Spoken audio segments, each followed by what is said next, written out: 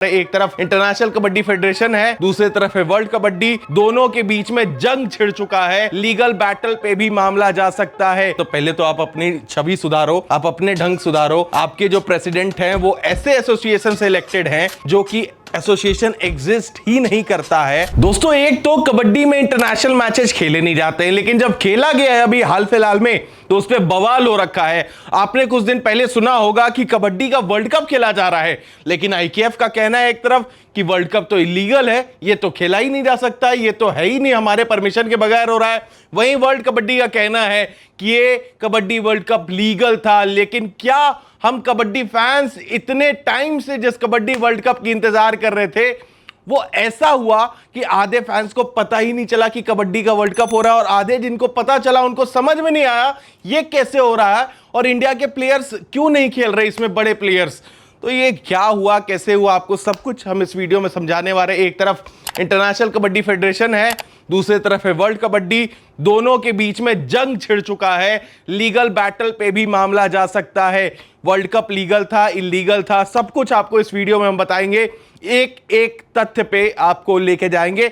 जल्दी से कर दीजिए वीडियो को लाइक, और स्वागत है आप सबका खबर कबड्डी के एक और नए एपिसोड में।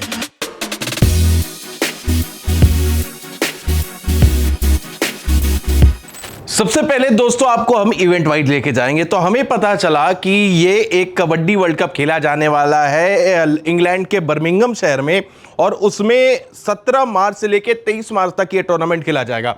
ये खबर हमें दिसंबर के आसपास मिली थी, लेकिन हमें भी लगा कि जब आईकेएफ ने कबड्डी वर्ल्ड कप अनाउंस नहीं किया है तो ये कैसा कबड्डी वर्ल्ड कप है। हमें लगा कि कुछ छोटा मोटा या बीच कबड्डी होता है या फिर सर्कल कबड्डी होता है, उसका कुछ हिस्सा होगा, तो हमने भी इस पे ध्यान नहीं दिया। लेकिन अनाउंसमेंट ये थी कि 17 से लेके 23 मार्च तक खेला जाएगा बर्मिंघम इंग्लैंड में ये टूर्नामेंट, और इसको होस्ट करेगी ब्रिटिश कबड्डी एसोसिएशन जो है वो होस्ट करते हुए नजर आएगी ये टूर्नामेंट। इसमें सरप्राइज था, फैंस जब ये अनाउंसमेंट हुई तो सरप्राइज हो गए, हम भी सरप्राइज हो गए ये क्या है। इसमें हमें पता चला कि 7 दिन का टूर्नामेंट होगा और 60 से ज्यादा मैचेस खेले जाएंगे। और इसमें हमें यह भी दिखा कि इंडिया के 2 खिलाड़ी, जो इंडियन टीम थी उसमें बाकी बड़े खिलाड़ी से कोई सुसज्जित नहीं थी टीम, सिर्फ 2 पीकेएल खेले हुए खिलाड़ी थे उस टीम में, अमित हुड्डा और राकेश नरवाल।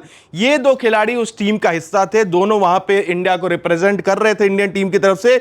और हमें पता नहीं चला कि ये क्या है, कैसे है। लेकिन उसके बाद जब वर्ल्ड कप स्टार्ट हो गया, वर्ल्ड कप की ब्रॉडकास्ट भी हो रही थी डीडी स्पोर्ट्स पे, यूट्यूब चैनल पे भी ब्रॉडकास्ट किया जा रहा था, तो हमें समझ में नहीं आया। उसके बाद आईकेएफ को नोटिस जारी करना पड़ा। अब आपको बताते हैं आईकेएफ ने नोटिस में क्या बोला है। तो उससे पहले आपको यह भी बता दें, आईकेएफ के नोटिस के बाद वर्ल्ड कबड्डी ने भी नोटिस भेजा है, और बड़ा उन्होंने भी कहा है लीगल बैटल लड़ेंगे इस मैटर को लेके।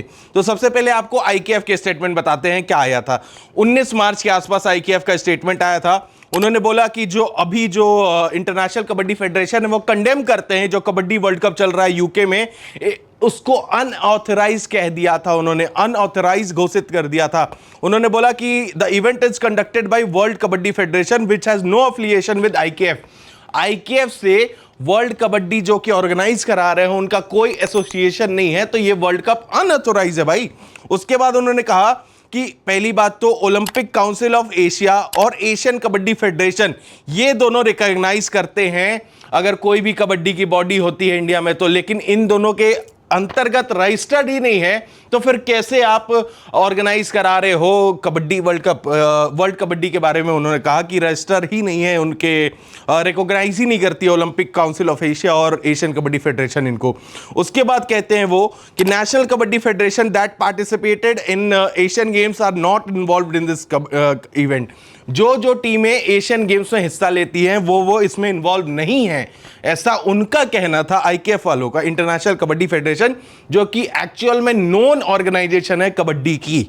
उसके बाद उन्होंने बोला कि टीम जो वहां खेल रही है, पार्टिसिपेट कर रही हैं, वो अनऑफिशियल टीम है, उनको सैंक्शन नहीं किया जाता है उनके देश के फेडरेशन के द्वारा, यानी उनके देश के फेडरेशन के भी अलग की टीम भेजी गई है जो टीमें वहां खेल रही हैं। उसके बाद कहा गया है the so called Indian team at the event is not recognised by AKFI, मतलब amateur kabaddi federation of India जो है, वो जो टीम गई है वहां पे इंडिया की तरफ से पार्टिसिपेट कर रही है, उनको रिकॉग्नाइज नहीं करता है, वो इंडिया की टीम नहीं है, उनका कहना था। उसके बाद एक्शन के लिए भी उन्होंने डिमांड की।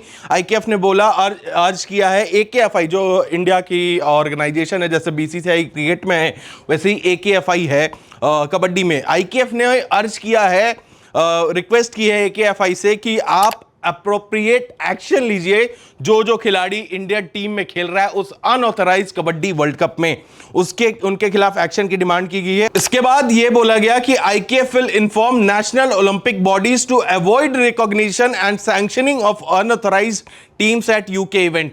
यानी नेशनल ओलंपिक बॉडीज को बोला गया है कि इनको रिकॉग्नाइज ना किया जाए, और ऐसा भी लास्ट में लिखा गया था कि इसके खिलाफ हम लीगल एक्शन भी लेंगे। आईकेएफ का ये स्टेटमेंट आया था। उसके बाद अब आपको बताते हैं वर्ल्ड कबड्डी ने क्या रिप्लाई किया, और वर्ल्ड कबड्डी का रिप्लाई बहुत ही बड़ा शॉकिंग है, शॉकिंग रिप्लाई है। मतलब मैं भी जब वो पूरा पढ़ा, 4 पेजेस का वो प्रेस रिलीज था, और मैं दंग रह गया कि क्या चल रहा है कबड्डी में। एक तरफ आप कबड्डी वर्ल्ड कप देखने के लिए फैंस तरस गए हैं 2016 से, आप हो एकेएफआई सबसे बड़ी बॉडी है। अगर आप देखो इंडिया में कबड्डी जन्मी है, इंडिया में खेला जाता है, इतना प्रो कबड्डी लीग इंडिया में होता है, और आईकेएफ का भी हेडक्वार्टर जयपुर में है। सारी बॉडीज आपके हाथ में, सारा पावर आपके हाथ में, आप एक कबड्डी वर्ल्ड कप नहीं करवा पा रहे हो। दूसरी तरफ एक बंदे ने एक ऑर्गेनाइजेशन ने वर्ल्ड कप करवा दिया, और समझ ही में नहीं आ रहा है क्या है। अब आपको शॉकिंग फैक्ट्स बताता हूं। वर्ल्ड कबड्डी ने अपने बारे में सबसे पहले उसमें बताया कि they are legally registered with 56 national federation, 56 national federation है उनके अंडर, और 5 कॉन्टिनेंटल गवर्निंग बॉडीज, जैसे एशिया, अफ्रीका, ये सब ऐसे कॉन्टिनेंट है ना, 5 कॉन्टिनेंट भी उनके अंडर रजिस्टर्ड हैं। आपको पता था ये फैक्ट? हमें तो नहीं पता था भाई, ये शॉकिंग है हमारे लिए भी। इंटरनेशनल इवेंट्स बता रहे हैं वो कि उन्होंने 2019 में भी वर्ल्ड कप होस्ट किया है, यूरोपियन एंड अफ्रीकन चैंपियनशिप भी होस्ट करते आए हैं, और अब अगला जो प्लान है उनका, organise Asia, Oceania, pan American and African women's championship, इस चीजों को होस्ट करने की आगे प्लान कर रहे हैं वो। अगला वर्ल्ड कप का डेट भी उन्होंने अनाउंस कर दिया है कि अगला वर्ल्ड कप 2027 में खेला जाएगा। तो ये समझ से परे हमारे क्या चल रहा है। लेकिन उसके बाद जो उन्होंने पॉइंट में डाला है कि recent kabaddi world cup in West Midlands was a legitimate, वो लेजिटिमेट था। जहां आईकेएफ उनको अनऑथराइज कह रही थी, वो कह रहे लेजिटिमेट एलीट टूर्नामेंट अंदर world kabaddi banner, world kabaddi के बैनर के अंडर एक लेजिटिमेट टूर्नामेंट था। It was not supervised by the international kabaddi federation और एनी अदर ऑर्गेनाइजेशन। मतलब इंटरनेशनल कबड्डी फेडरेशन या कोई भी अलग, मतलब वर्ल्ड कबड्डी के अलावा कोई इसको मैनेज नहीं कर रहा था, किसी की भी सुपरविजन की जरूरत नहीं थी। और ये बहुत 4 पेज का था, मैं आपको शॉर्ट करके चीजें बता रहा हूं। उसके बाद आईकेएफ पे भड़कते हुए नजर आए उस स्टेटमेंट में। कह रहे हैं वर्ल्ड कबड्डी वाले कि उन्होंने क्रिटिसाइज किया आईकेएफ के क्लेम को कि ये वर्ल्ड कप जो था लीगल नहीं था। आईकेएफ को उन्होंने बोला है पिटी, मैलिशियस एंड बेसलेस एलिगेशन हमारे पे मत लगाओ, हमारा वर्ल्ड कप लीगल था। उन्होंने बोला कि 2020 में court of arbitration of sports की रूलिंग है कि एक से ज्यादा मल्टी बॉडीज हो सकती हैं जो कि गवर्न करे किसी एक स्पोर्ट को। मतलब अगर मान लो कबड्डी है तो कबड्डी में एक से ज्यादा ऑर्गेनाइजेशन हो सकते हैं जो उसको रन कर सके। उनका कहना है कि 2020 में court of arbitration for sports जो है, जो सीएएस का आपने नाम सुना होगा, विनेश फोगाट की जब मेडल का सीन चल रहा था तो आपने ओलंपिक के दौरान सीएएस कोर्ट सुना होगा, उसी कोर्ट की रूलिंग है ये। और उन्होंने हाईलाइट भी किया कि जैसे टाइक्वांडो, डॉज बॉल, दोनों में मल्टीपल गवर्निंग बॉडीज हैं, तो हम भी एग्जिस्ट कर सकते हैं कबड्डी में। आईकेएफ हो सकता है तो वर्ल्ड कबड्डी भी हो सकता है, उनका कहना है। उसके बाद आईकेएफ ने जो एक पॉइंट रखा था कि आपको तो ओलंपिक काउंसिल भी रिकॉग्नाइज नहीं करती है, तो उसके जवाब में वर्ल्ड कबड्डी ने बोला कि कबड्डी भी तो रिकॉग्नाइज नहीं करती है, ओलंपिक रिकॉग्नाइज नहीं करता है कबड्डी को, इंटरनेशनल ओलंपिक कमेटी रिकॉग्नाइज नहीं करता है, आप ओलंपिक में पार्टिसिपेट नहीं कर पाते हो। तो आईकेएफ का क्लेम जो है कि आपको आईओसी लेजिटिमेट नहीं मानती हो, तो पूरा फॉल्स हो गया। जब कबड्डी स्पोर्ट्स ही नहीं ओलंपिक में, तो फिर आईओसी क्यों रिकॉग्नाइज करेगा वर्ल्ड कबड्डी नाम के एक फेडरेशन को? तो ये एक बड़ा क्लेम था। उसके बाद आपको बताए तो उन्होंने बोला कि मल्टीपल कबड्डी बॉडीज जैसे कि आईकेएफ, वर्ल्ड कबड्डी फेडरेशन, आईएकेएफ और डब्ल्यूएकेएफ एग्जिस्ट करती हैं, with world kabaddi being only outside India. उनका मेजर पॉइंट यह था इसमें कि इंडिया में ही 3-4 आईकेएफ के अलावा भी गवर्निंग बॉडीज हैं कबड्डी की, और वो भी वर्ल्ड कप करवाते रहते हैं। तो वर्ल्ड कबड्डी का कहना था, जब आईकेएफ ने आज तक उन लोगों के वर्ल्ड कप करवाने पे कभी क्वेश्चन नहीं रेज किया, तो हमारे पे क्यों कर रहे हो भाई?